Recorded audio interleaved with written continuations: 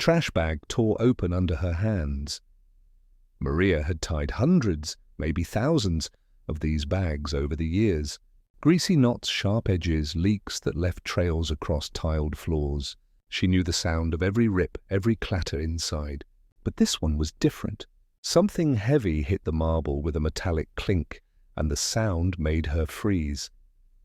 The apartment was silent except for the steady hum of the refrigerator. Afternoon sunlight spilled through the tall windows, slanting across polished counters. Dust floated in the air like tiny flecks of gold, mocking the sweat clinging to her skin. Maria crouched down. Her rubber gloves brushed against orange peels, crumpled receipts, a half-empty bottle of Bordeaux that had shattered at the neck. And then she saw it. A necklace, not costume jewelry, not the sort of cheap silver chain someone might toss out without a second thought. This one shimmered with a fire of its own. Diamonds. Dozens of them, catching the sun and scattering it into tiny knives of light across the kitchen floor. The chain itself was so fine it looked like spun frost. Her gloved fingers trembled as she lifted it free. It was cold, heavy, the kind of weight you only ever imagine when you dream about money, security, freedom. Maria whispered to herself, the words barely a breath. Dios mío. For 20 years she had scrubbed other people's homes, bent over toilets, scouring grout with her nails when the brushes gave up. She carried the smell of bleach on her skin no matter how much she showered. She'd scraped grease off stoves while her own dinner back home was nothing more than beans and rice. She had lived her life in other people's shadows, and now, sitting in her palm like some cruel joke, was a necklace worth more than anything she had ever touched.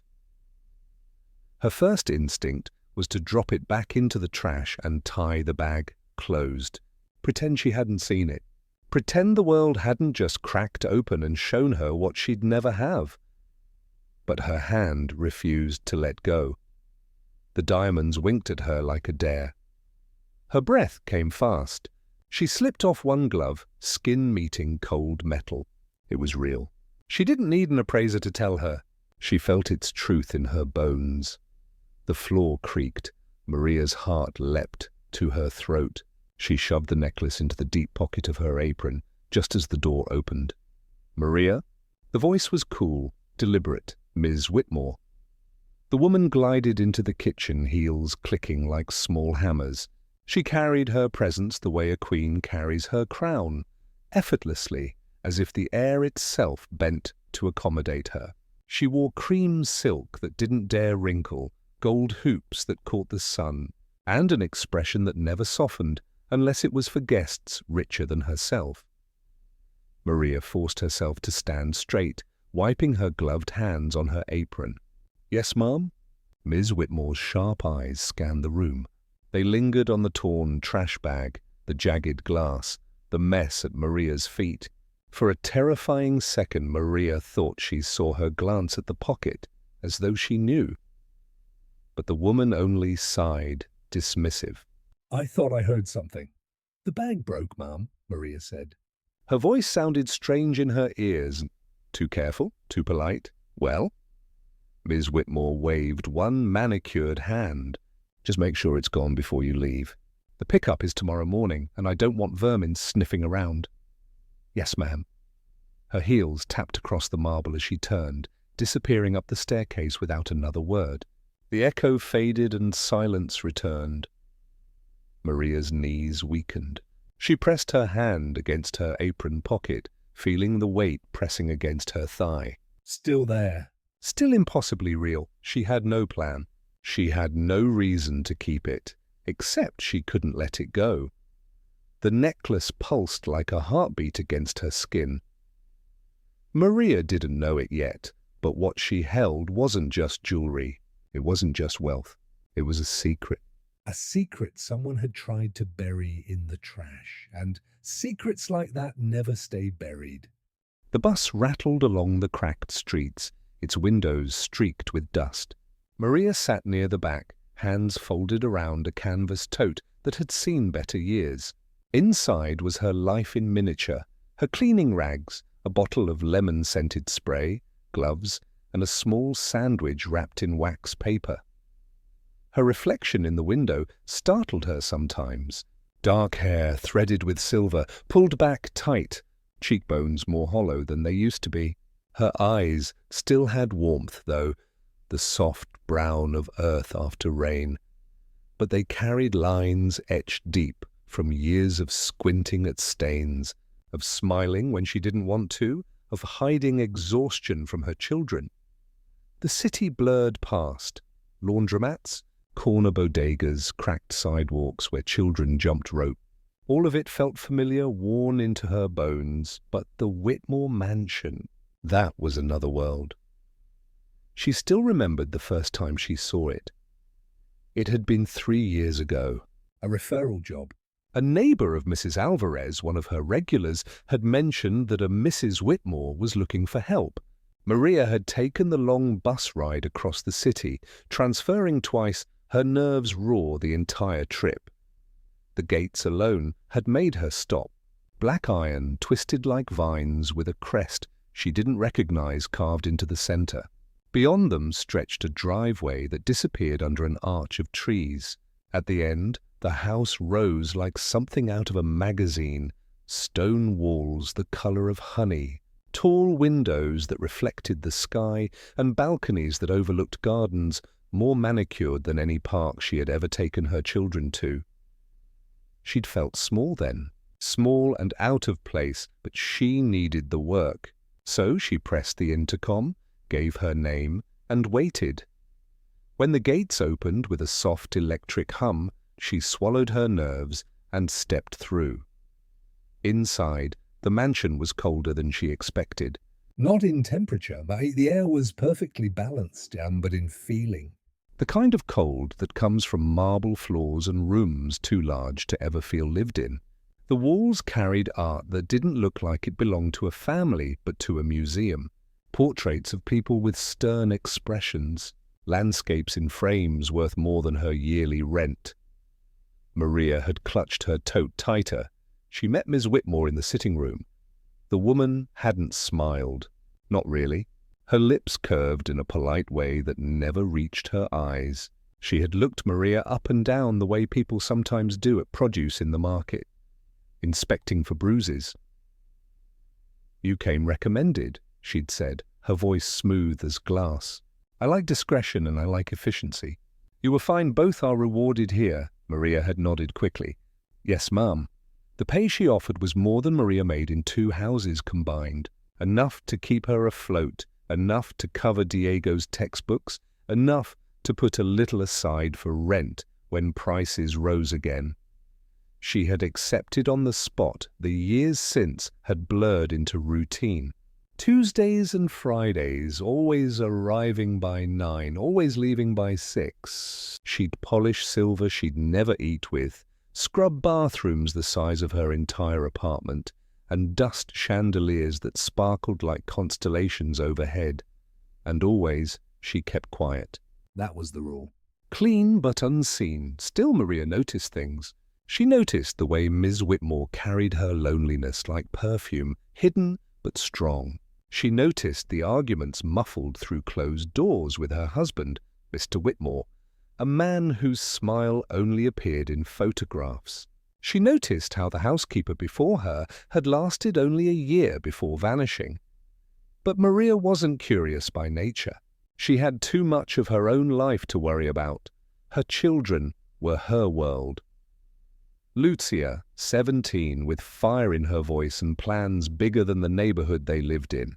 She dreamed of becoming a nurse, of helping people the way no one had helped her father when illness took him years too early. And Diego, 12, quiet and observant, the kind of boy who saw too much but said too little. He loved drawing, filling the margins of his notebooks with superheroes and buildings that looked sturdier than the one they lived in. Maria worked for them. Every hour she spent on her knees, scrubbing someone else's floor, was an hour she hoped would build them a better future. But hope was expensive. The rent crept higher. The grocery bills stretched thin. School supplies ate at her savings, and still she worked. She worked until her hands ached, until her back screamed when she bent, until she forgot what it was like to sit in her own home and breathe, without worrying about the next bill. The necklace had landed in the middle of that life like a stone thrown into still water. When Maria found it in the trash, she was a woman already frayed by years of survival, already weighed down by invisible debts to the world. It wasn't temptation she felt. Not at first. It was disbelief. How could something so precious, so impossibly valuable, be treated like garbage? Her mind reeled with the unfairness of it. How wealth could be so abundant for some that they could throw away what others would sacrifice a lifetime for. And yet, the memory of her children's faces burned in her thoughts. Lucia's notebooks filled with nursing applications she wasn't sure they could afford. Diego's shoes worn thin at the soles. Maria had always taught them honesty, dignity, that what you earn is worth more than what you steal. But as the bus rattled that day, her hand slipped into her pocket again, feeling the heavy chill of the diamonds. Her life had been scrubbing for scraps. This was something else. She didn't know what it meant yet. She only knew her world had shifted, and there was no going back. Maria stood at the sink, her fingers submerged in suds. The Whitmore's kitchen smelled faintly of lemon and steel. Expensive appliances polished to mirrors, a floor so clean it reflected her shoes back at her. She'd cleaned this same room for 3 years, every Tuesday and Friday, and yet that day, the walls pressed in closer. Because in her pocket, hidden behind the folds of her apron, the necklace still rested. Every time she moved, she felt it, the cold against her thigh, the way it shifted with her steps like a secret heartbeat. She tried to focus on the dishes, on the rhythm that had always been her comfort. Scrub, rinse, place. But her mind was no longer in the work. It spun endlessly. What if they notice? What if it's missing? What if they accuse me? She forced her thoughts back to her children. Lucia's voice replayed in her head. Mama, you're working too hard. You should rest. And Diego's quiet smile when she managed to bring home his favorite bread, even when it meant skipping meat that week. Maria closed her eyes. One necklace could change everything. College tuition, a better apartment, shoes without holes. She could breathe for once, but what if it destroyed them instead? The sound of heels snapped her back. Ms. Whitmore entered the kitchen, carrying a glass of wine, though it wasn't even noon. Her silk blouse shimmered like water, and her gaze was sharp enough to cut. Maria? She didn't ask. She commanded. Yes, ma'am. Ms. Whitmore set the glass down on the counter, leaving a perfect ring behind. She folded her arms, staring at Maria not with irritation but with calculation. Did you notice anything unusual when you were cleaning yesterday?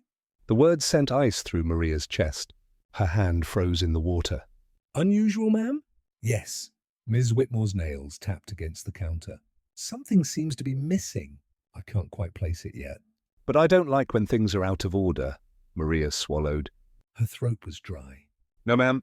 Nothing unusual. The silence stretched. For a moment, Maria thought the woman could see straight through her apron, straight into the pocket where the necklace hid. But then Ms. Whitmore lifted the glass again, sipped, and sighed. Perhaps I'm mistaken. She left as quickly as she came, her perfume lingering long after her footsteps faded. Maria stood frozen, water dripping from her hands into the sink. The necklace grew heavier. That night, Maria sat on the edge of her bed in the tiny apartment, staring at the thing she'd pulled from her pocket. The diamonds caught the faint yellow glow of the bedside lamp, scattering pinpricks of light across the cracked wallpaper. Lucia was at the table, bent over her books, her brows furrowed. Diego lay curled on the couch, pencil still in hand. Asleep over his drawings, Maria looked at them, then at the necklace. She imagined walking into a jeweler handing it over, and walking out with enough money to erase every debt she had ever carried. She imagined the look on Lucia's face when she told her tuition was paid, the relief in Diego's eyes when he could have what other boys took for granted. And then she imagined something darker. Police knocking at the door, Ms. Whitmore's voice accusing her of theft, her children forced to watch their mother taken away in handcuffs. Maria pressed the necklace back into its cloth wrapping, heart pounding. She whispered a prayer. God, tell me what to do, but no answer came. Only silence, heavy as stone. The following day, the mansion felt different. A man Maria had never seen before was standing near the study, tall, broad-shouldered, dressed in a suit that looked more functional than fashionable. His eyes scanned the hallway with a precision that made Maria's skin crawl. She passed by quietly, head bowed, but not before she caught the glint of an earpiece tucked behind his ear. A bodyguard? No, something else. When she reached the dining room, Ms. Whitmore was waiting, her lips pressed into a thin smile. Maria, she said smoothly, this is Mr. Lang. He's helping us with a small matter.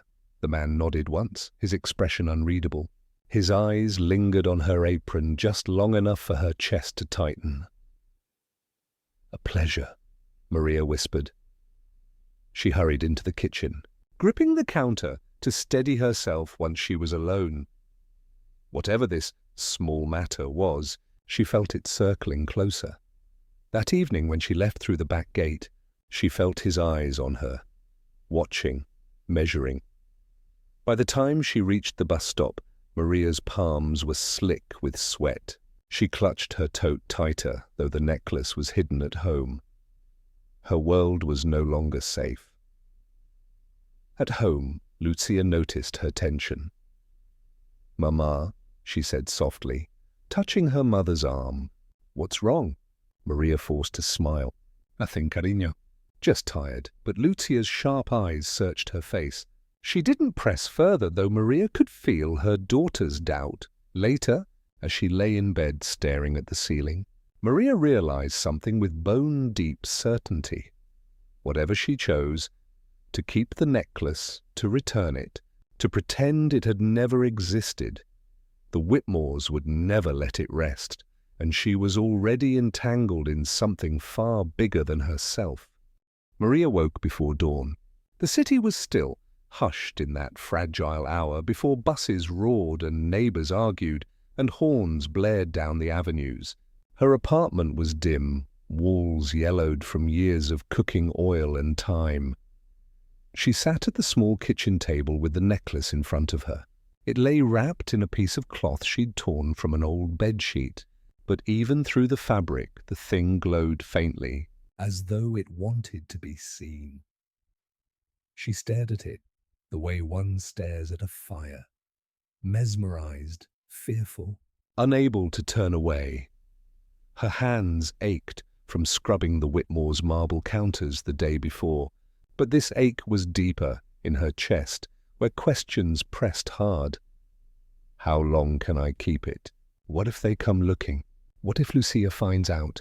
The floor creaked, Maria's eyes snapped up. Lucia stood in the doorway, her hair tangled from sleep, clutching her robe around her thin frame. She was 17, but in the half-light she still looked like the little girl who used to curl against Maria's side after nightmares. "Mama," Lucia murmured. "Why are you awake?" Maria folded the cloth quickly, tucking it beneath her hands. "I couldn't sleep, Carino." "Go back to bed." But Lucia lingered, stepping closer, her eyes searching her mother's face. "You look worried." "More than usual," Maria forced a smile. "Only tired."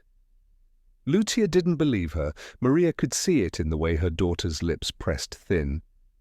But she said nothing more, only kissed her mother's temple softly before returning to her room. Maria sat motionless, her pulse racing. The necklace seemed heavier now, as though it had absorbed her daughter's suspicion. Later that morning, Maria prepared breakfast. Eggs stretched with onions, toast slightly stale but warmed crisp. Diego shuffled to the table, yawning, his notebook already in hand. He began sketching before the food even touched his plate, a building with tall spires, windows glowing. "What is this one, mijo?" Maria asked gently. "A school," he said without looking up. "For Lucia." "So she doesn't have to worry about money?" Maria's chest tightened. Lucia rolled her eyes but smiled faintly. "He thinks he can build a whole college out of paper and pencils." "I could," Diego muttered. Maria brushed his hair back, her heart aching with both pride and sorrow.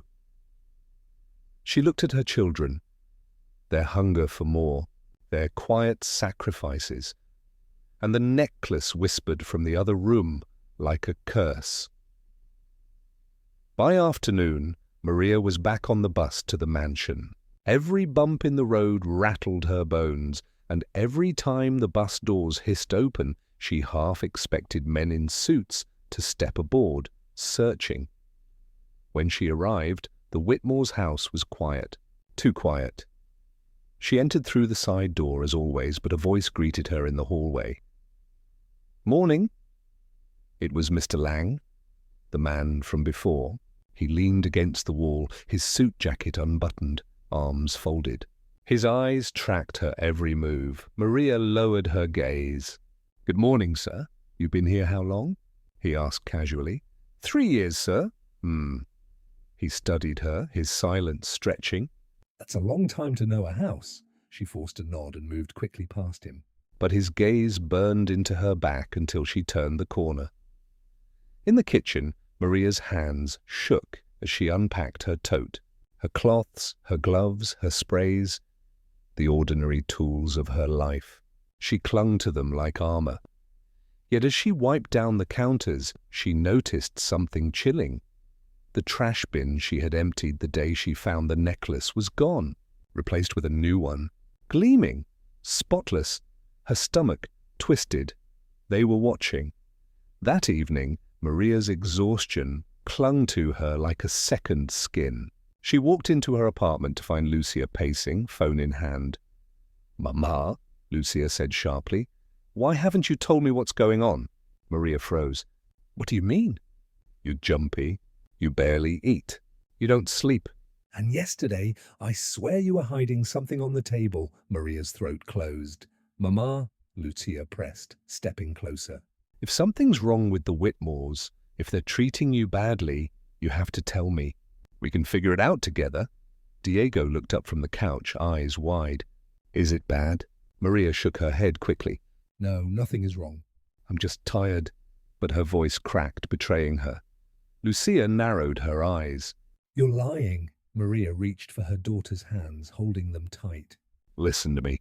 Whatever happens, you and Diego must stay focused on school." "Promise me," Lucia tried to pull back. "Mama, promise me," Maria said fiercely, surprising even herself. Lucia hesitated, then nodded. Maria let go, her heart breaking. That night, once her children slept, she pulled the necklace from its hiding place again. She stared at the diamonds as if they could give her an answer. But all they did was reflect her face back at her. Tired, frightened, and already caught in something she couldn't escape. By the end of the week, Maria knew 2 things. First, Miss Whitmore had not stopped looking for whatever was missing. Her clipped tone, her sharp glances, the way she muttered to Mr. Lang when she thought no one was listening, it all told Maria that the search was ongoing. Second, her children could sense the change in her, no matter how she tried to hide it. And their lives, the one thing she had fought so hard to protect, were being pulled into danger with every passing day. Maria lay awake, listening to the hum of the city outside her thin walls, and realized something with terrifying clarity. The necklace was not just an object. It was a fuse, and sooner or later, it would ignite. Maria arrived at the Whitmore mansion on Friday morning with her stomach in knots. The air felt different the moment she stepped through the gates. The usual calm, manicured lawns, birdsong over the stone fountain, was gone. The house loomed heavy, blinds drawn on windows that usually glared bright. Even the trees lining the driveway seemed to lean inward, pressing down on her. Maria adjusted the strap of her tote, wiped her damp palms on her skirt, and forced her feet forward. Inside, silence, too much of it. She stepped into the kitchen, but before she could unpack her cloths, a voice came from the doorway. Maria. She spun. Ms. Whitmore stood there, one hand wrapped around her glass of morning wine. Her silk robe shimmered pale blue, her hair pinned in a perfect twist. Beside her, like a shadow, was Mr. Lang. His eyes locked on Maria's face, flat and assessing. Maria's heart began to hammer. She bowed her head. "Good morning, ma'am." "Sit," Ms. Whitmore said coolly, gesturing to the bar stool by the counter. Maria hesitated. She had never been asked to sit before. Her job was to clean, not to rest. But the command left no space for refusal.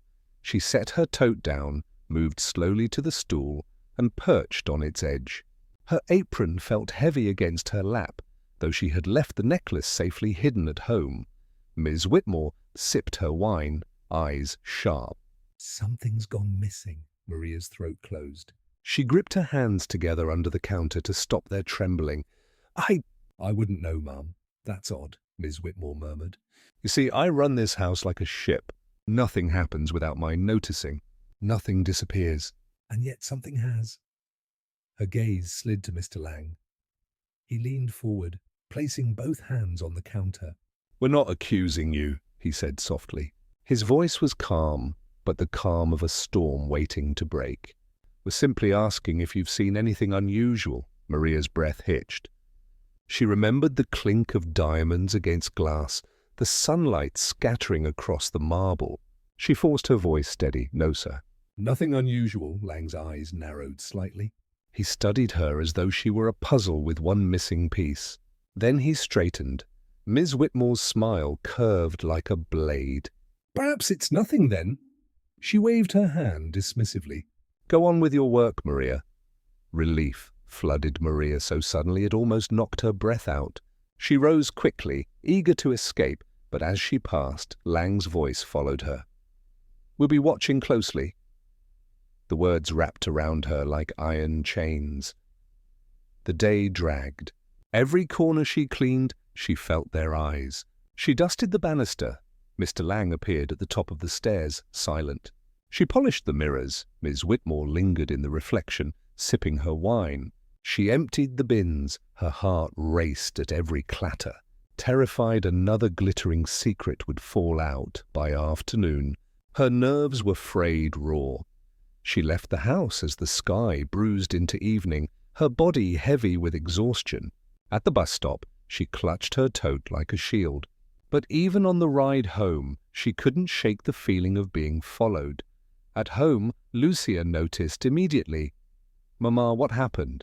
she asked as soon as Maria set her bag down. "Nothing, Karina," Maria whispered.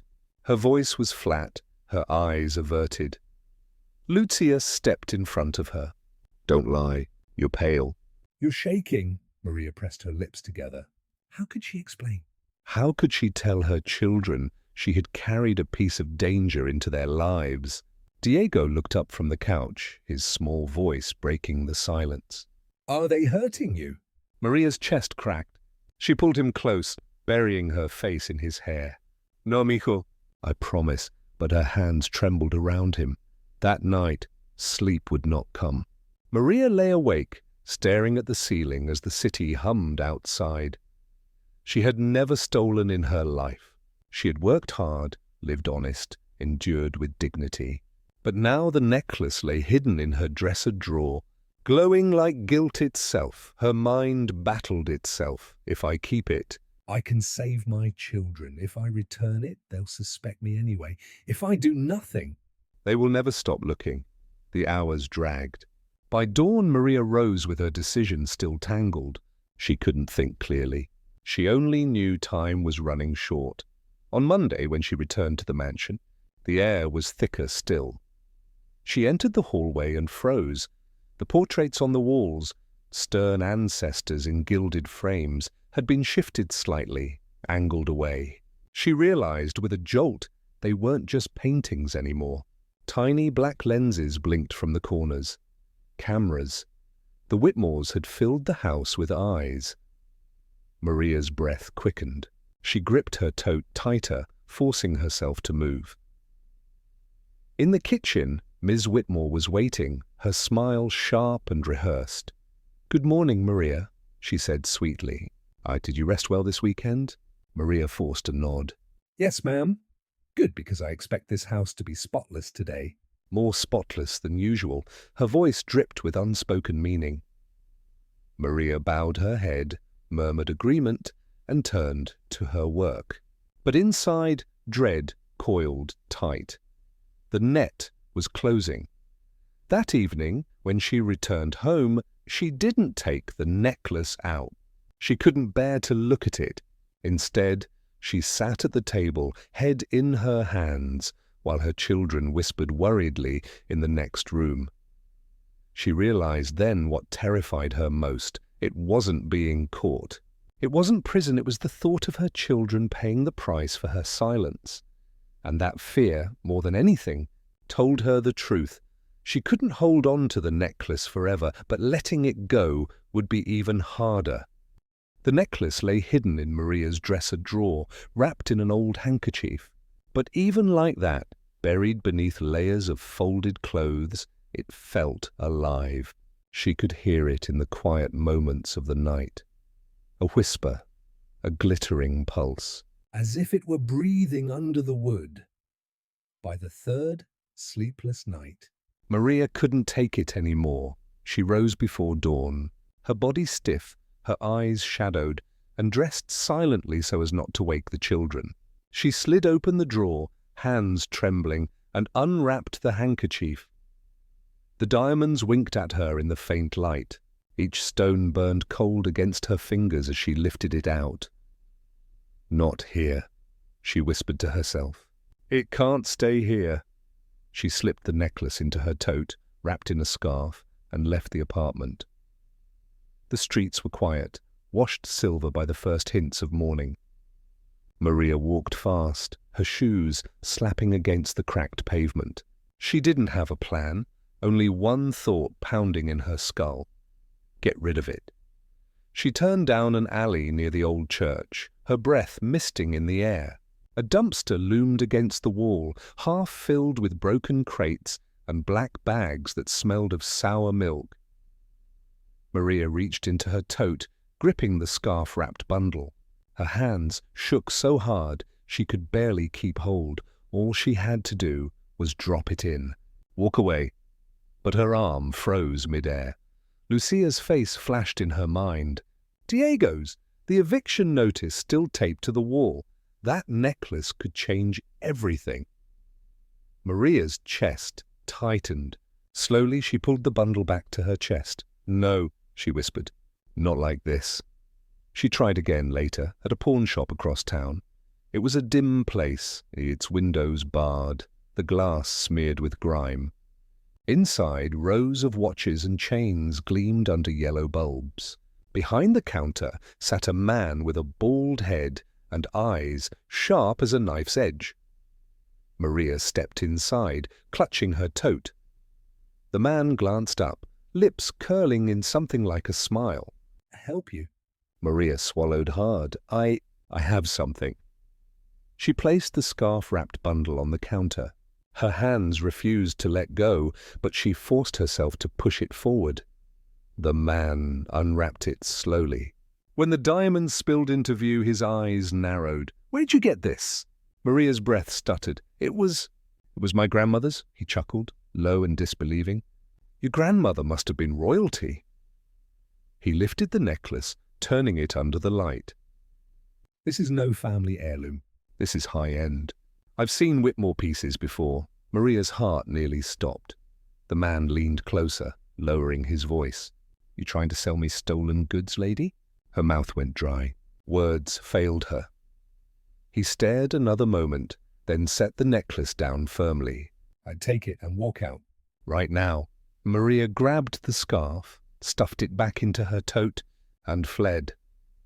The man's gaze followed her as she ran into the street, hot shame burning her skin. That evening, she tried something else. She pulled the necklace out after the children had gone to bed and stared at it on the table. The diamonds threw shards of light against the walls, cold and merciless. She thought of the church. Perhaps Father Ignacio could keep it safe. Perhaps he would know what to do. The next morning she carried it there, hidden deep in her bag. The church doors creaked open, the air inside cool and smelling faintly of wax. Candles flickered along the altar, casting long shadows. Father Ignacio, grey-haired and gentle-eyed, was arranging hymnals. He looked up as Maria approached. "Maria," he said warmly, "what troubles you?" She hesitated, her throat tight. Then, slowly, she pulled out the scarf and unwrapped it. The priest's eyes widened as the necklace glittered in the candlelight. "Child, where did you get this?" Maria's voice cracked. "I found it in the trash." "At work?" Father Ignacio frowned, his brows knitting. He touched the necklace as though it might burn him. "This does not belong to you, Maria." "I know," she whispered. Tears filled her eyes. "But if I return it, they will think I stole it. They already watch me like a thief." The priest studied her face, his expression heavy with concern. "Then you must tell the truth," he said softly. "Secrets rot the soul. And this," he gestured to the diamonds, "this will bring nothing but ruin."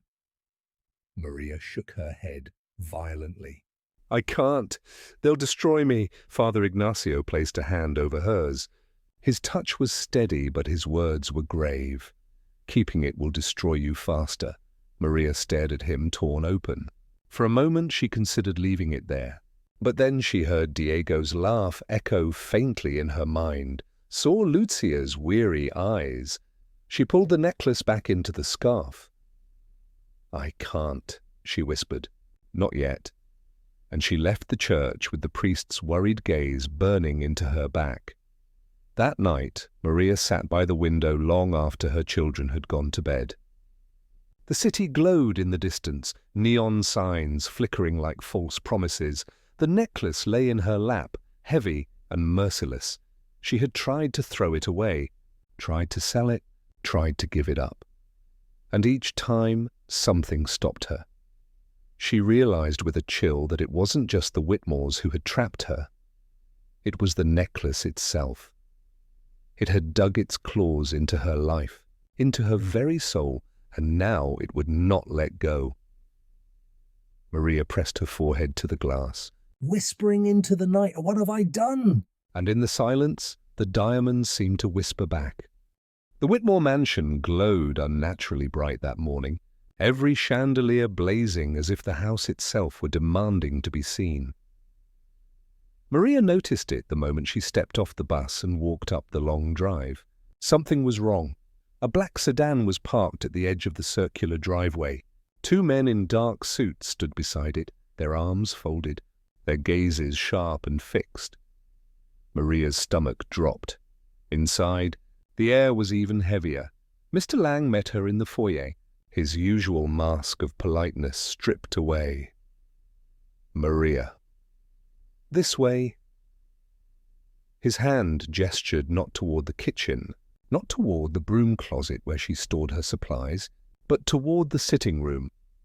Her legs felt wooden as she followed. The sitting room looked staged, like a scene arranged for an audience. Miss Whitmore reclined on the velvet sofa, her robe pristine, her glass of wine untouched on the table. Across from her sat the two men from outside, their suits creased sharply, their eyes unreadable. Maria hovered in the doorway, her pulse pounding. "Come in," Miss Whitmore said sweetly. Her voice dripped honey, but her eyes gleamed like glass. Maria stepped inside. "This is Detective Harlow and Detective Singh," Mr. Lang said. His tone was clipped, efficient. "They're helping us with a matter." Maria's breath stuttered. Detective Harlow, a broad man with a lined face, leaned forward. Mrs. Whitmore reports a piece of jewellery missing from her collection. A necklace. Worth quite a bit. Maria's hands shook at her sides. She forced her gaze downward. I don't know anything about it. Singh, younger, sharper-eyed, tilted her head. We're speaking to everyone who has regular access to the house. Staff, cleaners, drivers. You understand. Maria's throat tightened. Yes, Miss Whitmore took a delicate sip of wine, finally breaking her silence. I told them you've always been reliable, Maria. But reliability doesn't erase suspicion. Her words landed like stones. Maria whispered, I would never steal, ma'am. Lang's eyes flickered. He said nothing, but the silence spoke volumes. The detectives didn't press hard. Not yet. They asked questions, steady and measured. When had she last been in the master bedroom? Had she noticed anyone else acting unusual? Did she know of anyone in financial trouble? Each question cut close to the bone. Maria's voice trembled with every answer. Finally, Singh closed her notebook. We'll be in touch. The detectives rose, nodded curtly, and left with Lang escorting them out. Maria stood frozen, her knees weak. When she finally turned to leave, Miss Whitmore's voice stopped her. Maria. She turned. Ms. Whitmore's smile was thin, glacial. If there's something you want to confess, do it soon. Secrets don't last long in this house. Maria swallowed hard, bowed her head, and fled. That evening, Maria came home, drained, her body moving like stone. She dropped her tote by the door and collapsed at the kitchen table. Lucia and Diego hovered near her, their faces tight with worry. What happened? Lucia demanded. You look sick, Maria rubbed her temples. The police came. They asked me questions. Lucia's eyes widened. Police? Diego clutched her arm. Are they going to take you away? Maria pulled him close, kissing his hair. No, no. Mama hasn't done anything wrong. But her words rang hollow, even to herself. Lucia stepped back, her jaw tightening. Then why are they asking you? Why not someone else? Maria didn't answer. The silence said enough. 2 days later, the detectives came to her apartment. It was early evening, the street outside buzzing with traffic, when the knock rattled the door. Lucia opened it and froze. 2 figures in dark suits stood there. Maria Alvarez? Detective Harlow asked, though his eyes were already locked on her. Maria's stomach plunged. Yes. We'd like a word. They stepped inside without waiting for permission. The apartment suddenly felt too small, too bare. The cracked linoleum, the sagging couch, the faded curtains, all of it seemed to shrink under their gaze. Singh's eyes scanned the room like a hawk. Mind if we take a quick look around? Maria's heart pounded. The necklace. The dresser. No, she blurted. Please, my children, Harlow raised a hand. We're not here with a warrant. Not yet. Just questions. Relief flickered, but it was short-lived. Singh folded her arms. You work hard, Ms. Alvarez. Long hours. Not much pay. Must be difficult. Maria's lips pressed tight. Sometimes, Singh continued softly, people make mistakes under pressure. Good people. Honest people. I didn't, Maria said, her voice shaking. I swear! Harlow studied her face, then glanced at Diego and Lucia hovering nearby. His expression softened just a fraction. If you know something, say it now. It'll be worse later. Maria shook her head, forcing the lie to hold. I know nothing. The detectives exchanged a look, then left with heavy steps. When the door clicked shut, Maria collapsed into the chair, trembling. Lucia's voice cut through the silence. Mama, she whispered. They're going to find it, aren't they? Maria froze. Lucia's eyes brimmed with tears, but her voice was sharp with anger. I've seen it. The necklace. You hide it in the drawer. Do you think we don't notice? Diego gasped. Maria's world shattered. She pressed a hand to her chest, words failing her. Lucia's voice cracked. Why didn't you tell us? Do you know what you've done? Tears blurred Maria's vision. I was trying to protect you. But even as she said it, she knew the truth. She had dragged them into the fire with her.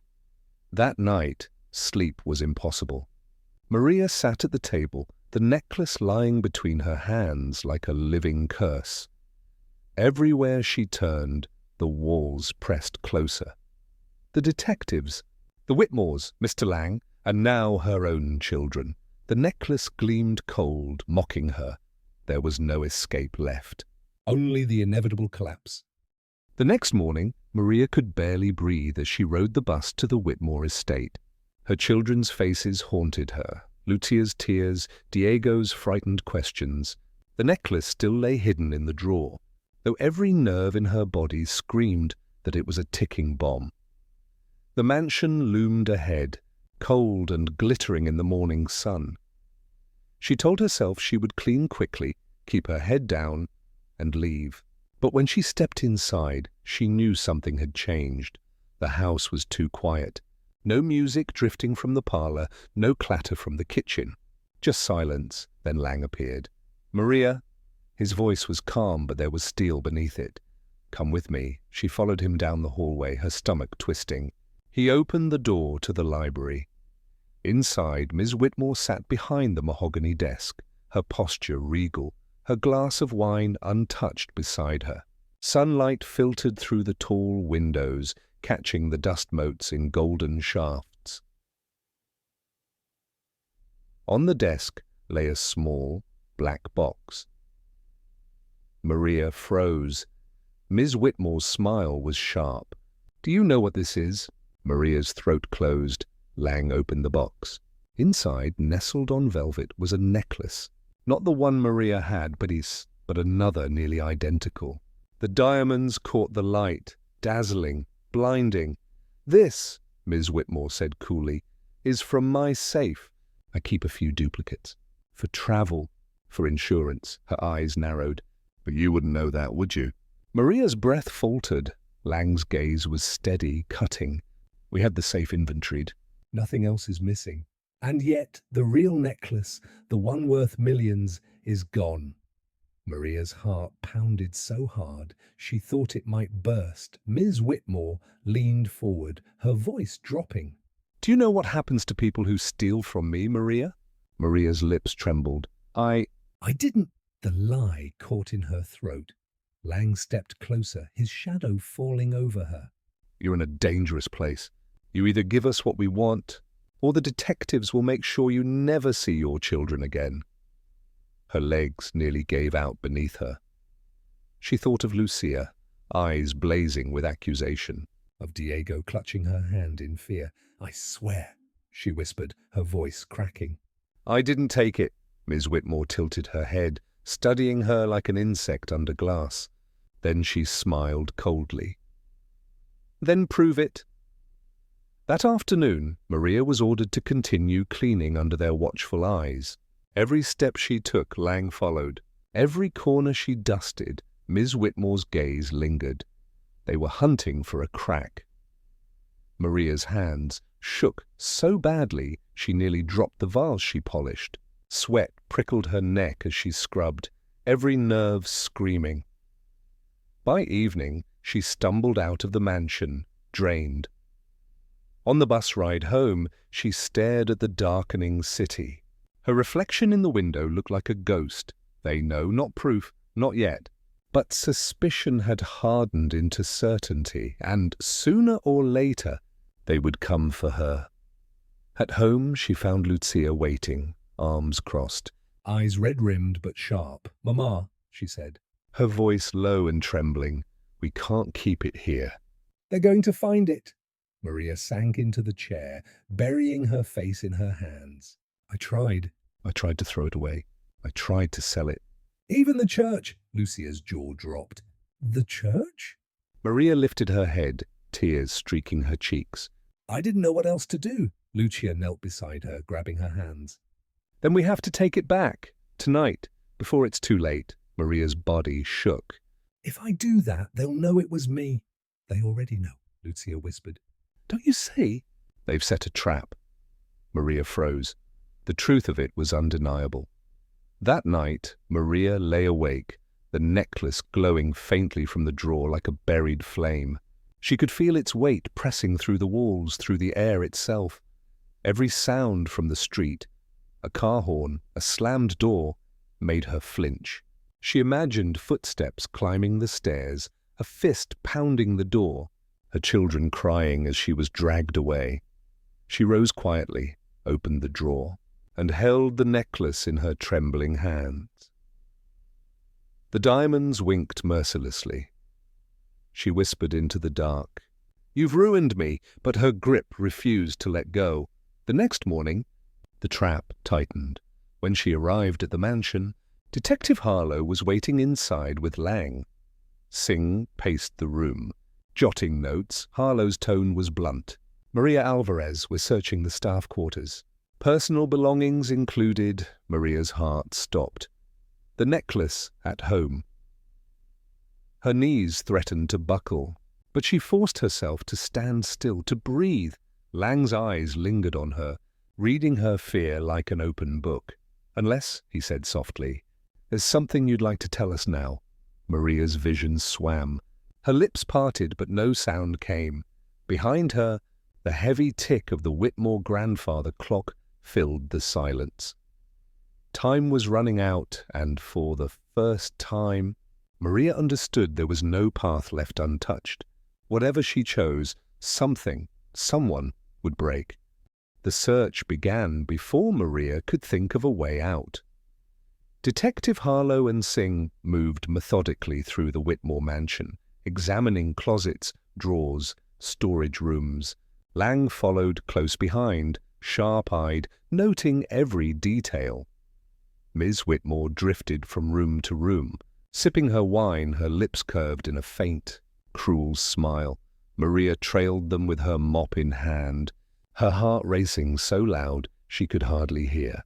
Her mind screamed with every step. "They're going to find it. They'll come to my apartment. They'll tear through everything." The children, her knees weakened. She braced herself against the wall, forcing her breathing quiet. Lang's eyes flicked toward her, reading the tremor in her hands. His gaze lingered a moment too long. Then he said casually, "Perhaps it's not here. Perhaps it's somewhere else." The detectives paused. "Her apartment?" Singh asked. Maria's heart dropped to her stomach. "Yes," Lang said smoothly. "She carries bags in and out every day." "A cleaner could easily smuggle something," Harlow grunted. "We'll need a warrant." "Then get one," Lang replied.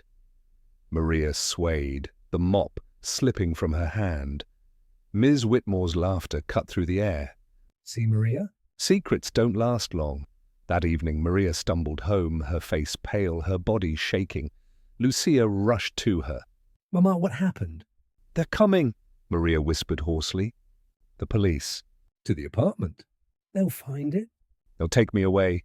Lucia froze, then grabbed her arm. "Then we get rid of it." "Right now?" "Before they come." Maria's body trembled violently. She staggered to the dresser, pulled out the drawer, and lifted the scarf-wrapped necklace.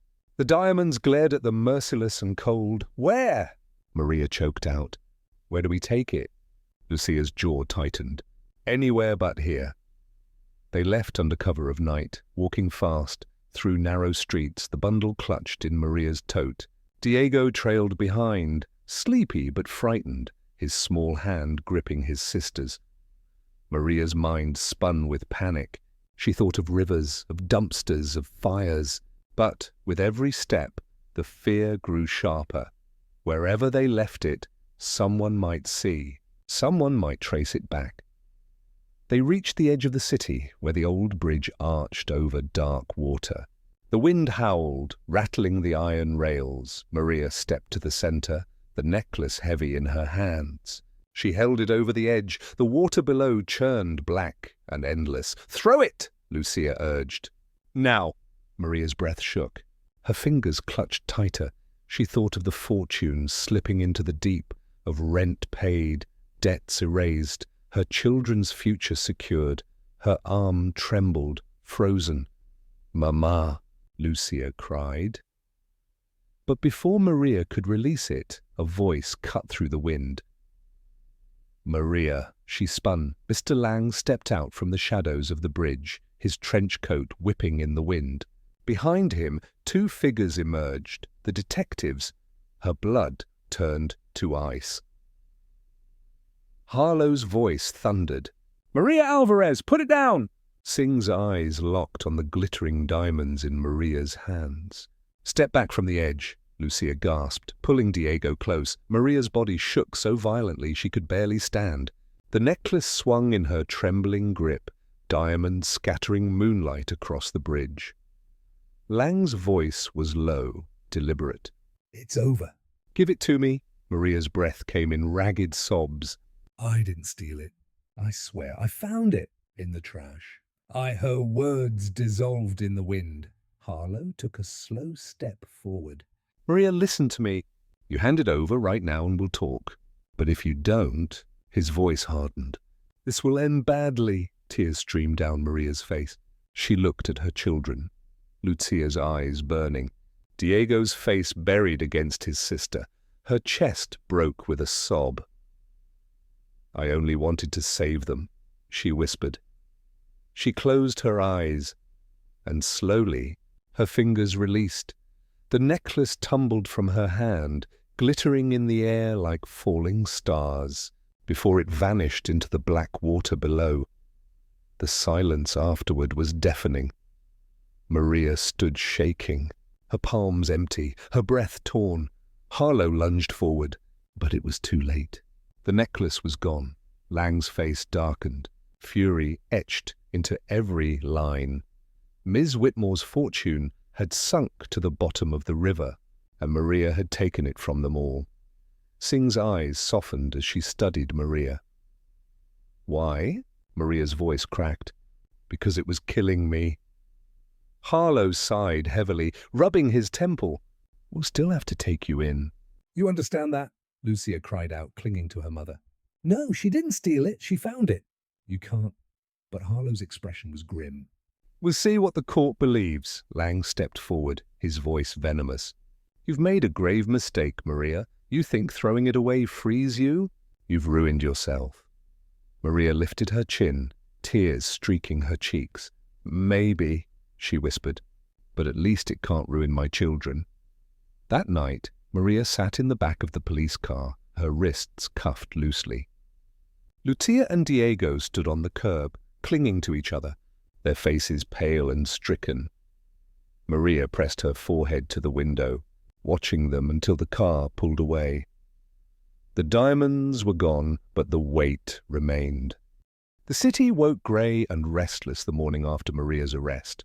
Rain streaked down the courthouse steps, pattering against umbrellas, soaking the shoes of the people gathering for the hearing. Inside, the fluorescent lights buzzed. The benches creaked under the weight of neighbors, housekeepers, janitors, and strangers who had read about the maid with the diamonds in the papers. The Whitmores had made sure the story spread like fire. Maria sat at the defense table, her hands folded tightly in her lap. The cuffs were gone now, but the weight of them lingered. Her face was pale, her dark hair pulled back neatly, but her eyes were hollow, sleepless across the room. Ms. Whitmore lounged with a smirk, pearls shining against her throat. Mr. Whitmore, grim and stiff, avoided looking at Maria. Lang whispered into their ears like a viper in a tailored suit. Lucia and Diego sat in the second row, Lucia's arm wrapped protectively around her brother. Her eyes were dry now, burnt out from crying through the night. The judge entered. The gavel struck. The proceedings began. The prosecutor spoke first, his words sharp and cold. This woman was entrusted with the most intimate access to the Whitmore home. She betrayed that trust. She took what was not hers. She attempted to conceal it. When faced with discovery, she destroyed the evidence. "This is not poverty, it is theft," whispers rippled through the room. Lang's eyes cut toward Maria, sharp as glass. Then it was Maria's turn. Her court-appointed attorney, nervous and young, stood and nodded to her gently. Maria rose, slowly. Her voice trembled at first, then steadied. "I did not steal that necklace. I found it thrown away in a trash bin. I carried it home because Her throat closed. She looked back at her children, her eyes softening. Because I thought maybe for once life was giving us a chance. I thought maybe I could give my children something better than endless hours of scrubbing floors, of being invisible in houses that will never belong to us. She paused, the silence thick, but it wasn't a gift. It was a curse. From the moment I touched it, I was afraid. Afraid of losing it, Afraid of being discovered. afraid of what it would make of me. I tried to hold on, but in the end I let it go. Because no necklace, no matter how beautiful, is worth my children growing up watching their mother be destroyed by greed. Her words echoed in the courtroom, carried by something rawer than any lawyer's argument. Truth. There was a hush. Even Harlow, leaning against the wall with arms crossed, shifted slightly, his stern face softened by something like respect. Singh studied Maria with quiet eyes, as though weighing more than the law, as though measuring the weight of a life lived in sacrifice. Ms. Whitmore scoffed aloud. "Such theatrics," she muttered. Lang leaned forward, his jaw tight, sensing control slipping. The judge's gaze swept the room. The necklace is gone, destroyed. What remains is intent. Was it theft? Or was it, as she claims, misjudgment born of desperation? The gavel tapped once. "I will review the evidence. Until then, bail will be granted." The room stirred. Gasps and murmurs filled the air. Maria turned, and for the first time in days, allowed herself a single breath of relief. Lucia's face broke, tears streaking down as she clutched Diego close. Maria wasn't free yet, but she wasn't lost either. That night, Maria sat on her small bed, her children curled against her. The apartment was quiet, save for the soft patter of rain on the window. Her hands ached. Her body was tired beyond words. But inside something was lighter. The diamonds were gone. The fear was gone. What remained was love, battered, fragile, but unbroken. Lucia whispered in the dark. "Mama, what happens now?" Maria stroked her daughter's hair, her voice low and steady. "Now we keep going. We wake up tomorrow." I clean another house. You go to school. Diego dreams his dreams. And one day, All this will just be a story we tell. not the story of the necklace. But the story of how we didn't let it destroy us. Her children pressed closer. Their breathing evening out, Maria stared at the ceiling. Her eyes wet, but her chest steady. For the first time, she wasn't haunted by the glitter of diamonds. She was haunted by something stronger, her own endurance. Weeks later, the papers lost interest. The Whitmores moved on to their next scandal. Lang slithered back into the shadows. Maria kept working. Not at the Whitmore mansion, they would never open those doors to her again, but at other houses, smaller, humbler. Word had spread about what happened, and though whispers followed her, other employers saw something else in her. Honesty forged in fire. Lucia studied harder. Diego laughed louder. Life, imperfect and relentless, went on, and sometimes... In the quietest hours of the night, Maria would close her eyes and see it, the necklace tumbling into the dark river, diamonds scattering like stars before vanishing forever. She didn't see loss, she saw freedom, because here's the truth. Maria finally understood. The necklace had been beautiful, yes, but beauty without peace is nothing but chains. And though her hands were cracked, though her life was simple, though every day demanded everything she had to give, Maria was free in a way Ms. Whitmore, with all her jewels, could never be. Her children's laughter filled the apartment, and that sound was brighter than diamonds, heavier than gold. That was what remained. That was enough. If Maria's story moved you, don't forget to subscribe and share it with someone who needs a reminder that strength comes in the hardest moments.